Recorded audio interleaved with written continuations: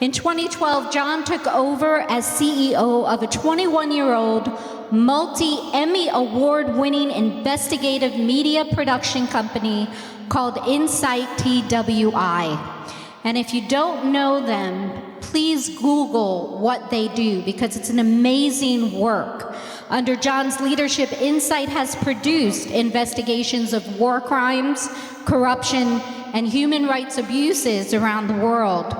These investigations have been broadcast to hundreds of millions of people on dozens of television channels and on every continent. Recent work includes an award-winning investigation of ISIS war crimes against women and girls in Iraq, an investigation of high-level corruption in international sports that caught a World Cup referee taking bribes, and an investigation of atrocities committed by international peacekeeping troops. Jon is a graduate of Georgetown University and the London School of Economics. He previously worked as a national security aide for Georgia Congressman Hank Johnson. In 2017, Jon was the Democratic nominee in the special election for Georgia's 6th district. He entered the race at 29 years old, 6 weeks after Republican Congressman Tom Price had been reelected by 24%. Okay, by a number of hands, how many of you canvassed for this guy during that time? Because there were buses leaving Athens to go. It became the biggest congressional race in American history, which Jon narrowly lost by 3% after mobilizing the strongest Democratic special election turnout in over a decade, doubling youth turnout from the 2014 midterm, and producing the highest turnout for a standalone House special election of all time. With the endorsements of Congressman John Lewis, Congressman Hank Johnson, and State Legislative Black Caucus Chair, Representative Karen Bennett, Ossoff is challenging Senator David Perdue in 2020. Help me welcome Jon Ossoff.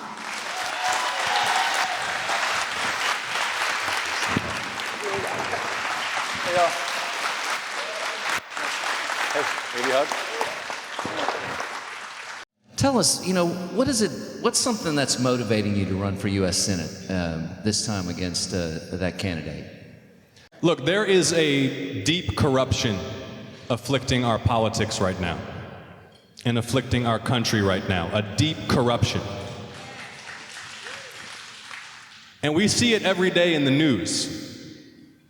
But I don't just mean the corruption of President Donald Trump.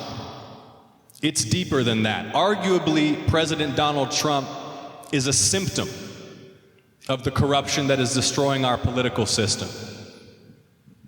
I know for a fact that most Georgians believe every single citizen should have health care.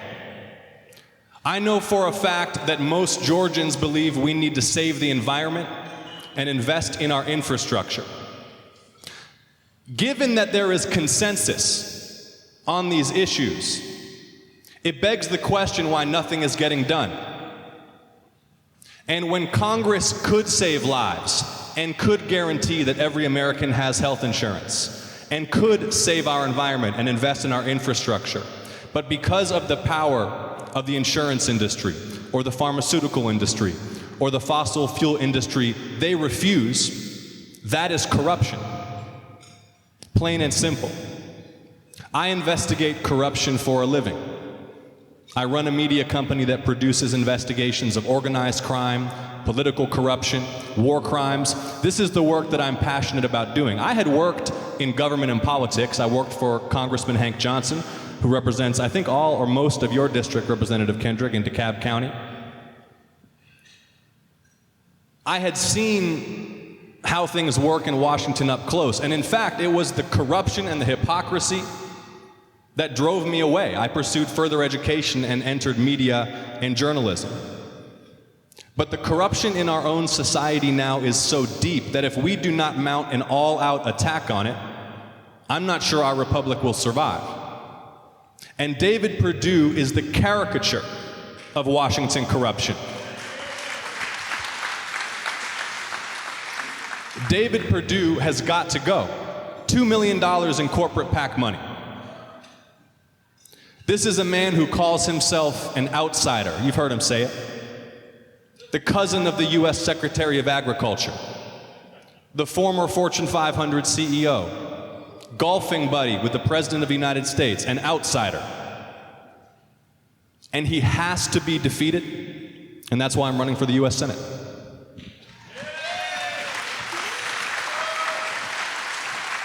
Well, I think everybody in this room is going to agree with you that we have to get rid of David Perdue because he has to go. My question is, how do we convey that in a message that we can take to the polls and motivate people? Because, of course, we've heard that Democrats need a little inspiration to go to the polls.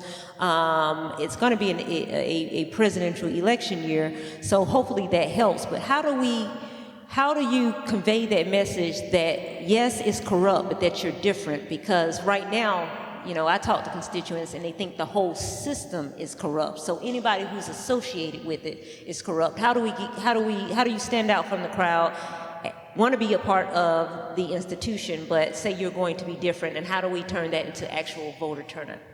Great question. Well, that assumption of corruption across the board is one of the reasons that running a candidate with an undeniable track record exposing corruption and fighting corruption will help us carry that message. And in terms of how we inspire people, most people agree on more things than we might like to think, or than we would think watching the news or watching Twitter. As I said, I know for a fact most Georgians agree every citizen should have health care. I know for a fact most Georgians agree we need to protect the environment. The solutions to our problems are not mysterious. Our interests are aligned. But the Republican Party's strategy in the South, since Nixon, the Southern strategy, has been to divide Southerners on racial lines so that we fail to grasp our shared economic interests. Working families in this state, no matter their race or background, they have an interest in lowering prescription drug prices. They have an interest in ensuring every citizen has health care. They have an interest in massive federal investment in clean energy, grid infrastructure, research and development. These will improve lives for families across this state. So what my campaign is going to do, and what I hope you will join me in doing, because we need to mount a grassroots effort, building on what Stacey Abrams has done, bigger and more powerful than any in the history of this state to win this race. And if we go to the doors of our neighbors and we make no assumptions about them, we don't bring cynicism or ill will, and we say, our interests are aligned. Your senator, who's taken huge amounts of money from drug companies, is refusing to help lower drug prices. Your senator, who has taken huge amounts of money from the insurance industry, isn't doing a damn thing to ensure every Georgian has health care. And your senator, who has taken huge amounts of money from the fossil fuel industry, is standing in the way of climate action, which impacts all of us and our farmers today and future generations. That's the message we'll be taking across the state. That's a good message. Y'all, I gotta interject a thought here. Like any of our friends that have been out there and run for elected office, y'all know how hard it is to sit down and talk like this. Believe it or not, it might look comfortable, but he wants to jump out of the chair. Dar'shun and I want to jump out of our chairs. I know it. I'm good. I know, Frye, you know what I'm talking about. And it's interesting. So don't project those issues on me, okay, man. Look, I'm okay, cool. I got it. And y'all, so we've got. I'm glad you brought up the working families in America. That's really important, and we really have, I think, an underserved concept of capitalism and hard work, because we have a lot of workers in our nation, and they're not as I don't know, taken care of as the corporations are. And while we all need to have an opportunity to have a job, our minimum wages haven't been going anywhere. Our cost of living is just rising constantly. is there anything that we're going to be able to do on a federal level to really help our workers, which are the backbone of this country and the backbone of the way things, they really get everything done? Great question. And when we talk about the intensity of political corruption in America, we are talking in large part about corporate power. The Citizens United decision, the Supreme Court decision, which allows corporate interests to spend unlimited amounts in secret on political propaganda. One of the worst Supreme Court decisions in U.S. history. And by the way, as your U.S. Senator, my very first act will be to co-sponsor a constitutional amendment to repeal the Citizens United decision. Is just one piece of all of these developments that have made the corporate voice in Washington so much louder and more powerful than the voice of the individual. But again, I come back to the fact that working families in Georgia, and indeed the overwhelming majority of families in Georgia, share interests. We just have to focus the discussion on them. Lowering the costs of health care and prescription drugs, raising the minimum wage, empowering unions to organize again, renegotiating our trade deals overseas, insisting that our trading partners enforce labor and environmental standards that are good for their people and don't put our workers at an intense disadvantage. The solutions are all out there. There's kind of this sense right now, ever since Trump was elected, like we're so mystified by what's going on in politics that maybe the answers are mysterious and obscured, but they're not. The solutions are right in front of our eyes.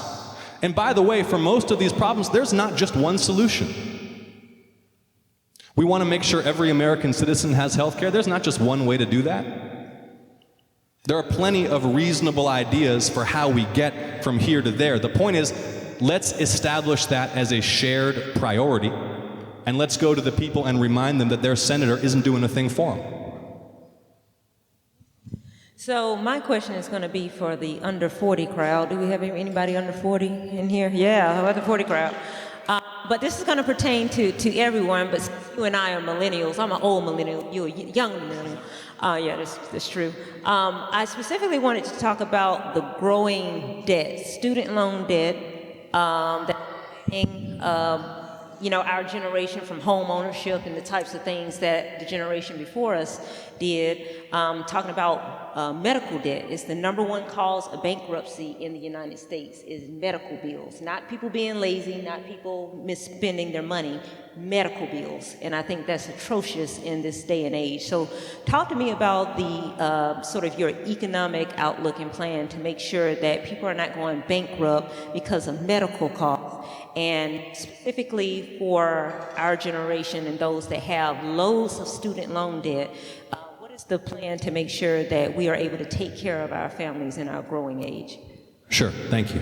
Let's take medical costs first. If you hear me repeating myself, it's because I want to hammer this message home. 1, we agree as a society and a state that everyone should have health care, that no one should suffer or die from treatable or preventable illness, that no one should go bankrupt because they're sick. How do we get there? How do we get to universal health insurance coverage in this country? How do we ensure that no one, for lack of means, is suffering? And there isn't just one answer. My view is that we offer a public health insurance option on the exchange that competes with private insurance options, that's comprehensive. Dental, vision, hearing, prenatal, postnatal, preventative care. It's affordable for all. It's free if you can't afford it. And by the way, the private insurers will then have to compete with that public plan in order to retain market share and retain consumers. And they'll have to improve their offerings in the process. We can get to universal coverage that way. And part of the discussion about that broader health care reform bill should be a conversation about medical debt. It's a very tricky issue, as is student debt. And my view on student debt is that one, technical school, vocational training, trade school, public college and university should be 100% debt-free, period, for everyone entering school moving forward. And for those who are burdened by such heavy student debt, and look, it means you can't invest in your business. You can't put the down payment on the home. The anxiety. Maybe you can't have kids at the right time in your life because of this student debt. There is some combination of caps on interest rates and forgiveness that will help lower that burden for young Americans. I'm good.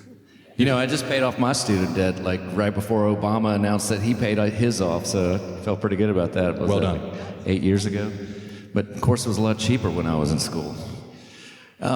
So, you know, a lot of the things, I just saw an article today, John, about like 100,000 scientists got together and signed this big document that said we have a big problem called climate change. That seems like a lot of folks have been denying, at least half of the country has.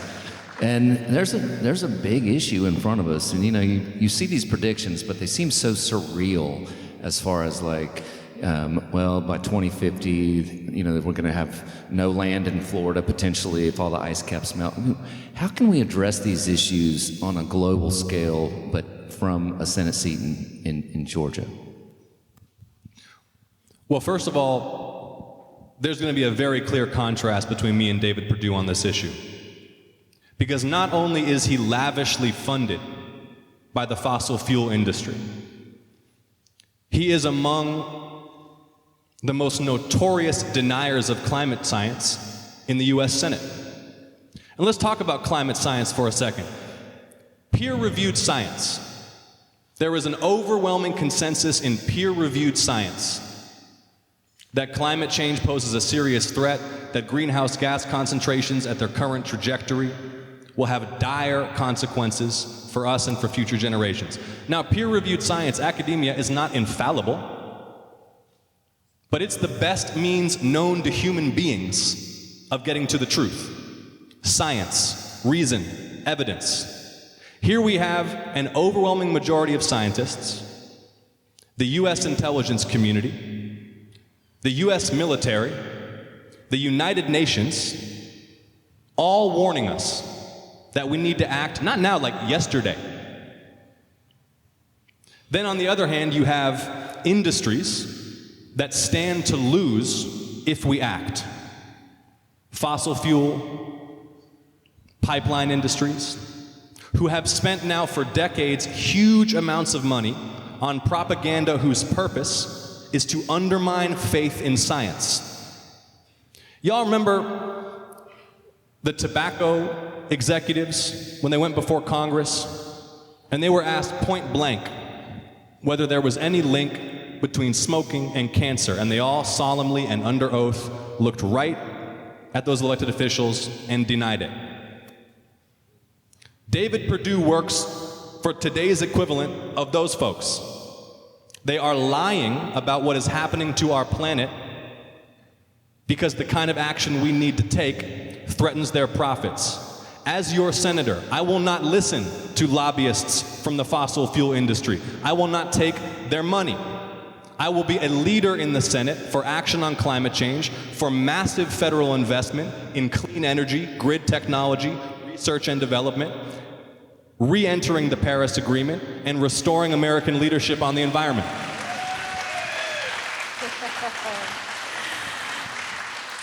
Well, thank you so much, Jon, for joining us. This has been a very, very good discussion. I know everybody is going to want to learn more, so give your lasting words about how they can contact you and learn a little bit more about you. Well, thank you so much, Dar'shun and Spencer. This has been fun. Thank you all for coming out. Thanks for participating in democracy. It's not an election year. This is amazing turnout. Give yourselves a round of applause for coming out and the organizers of the event. I believe the next 12 months of American political history will be among the most critical in the history of our country.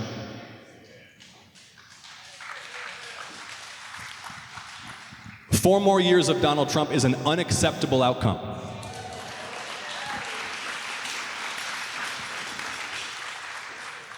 And the way our senator has disgraced himself, prostrating down before this man, running every errand for him, demonstrating no independence of mind,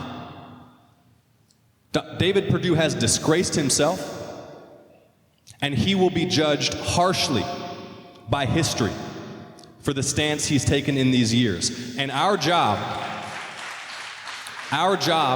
and we have to start now. We have to start now because this is a mighty effort.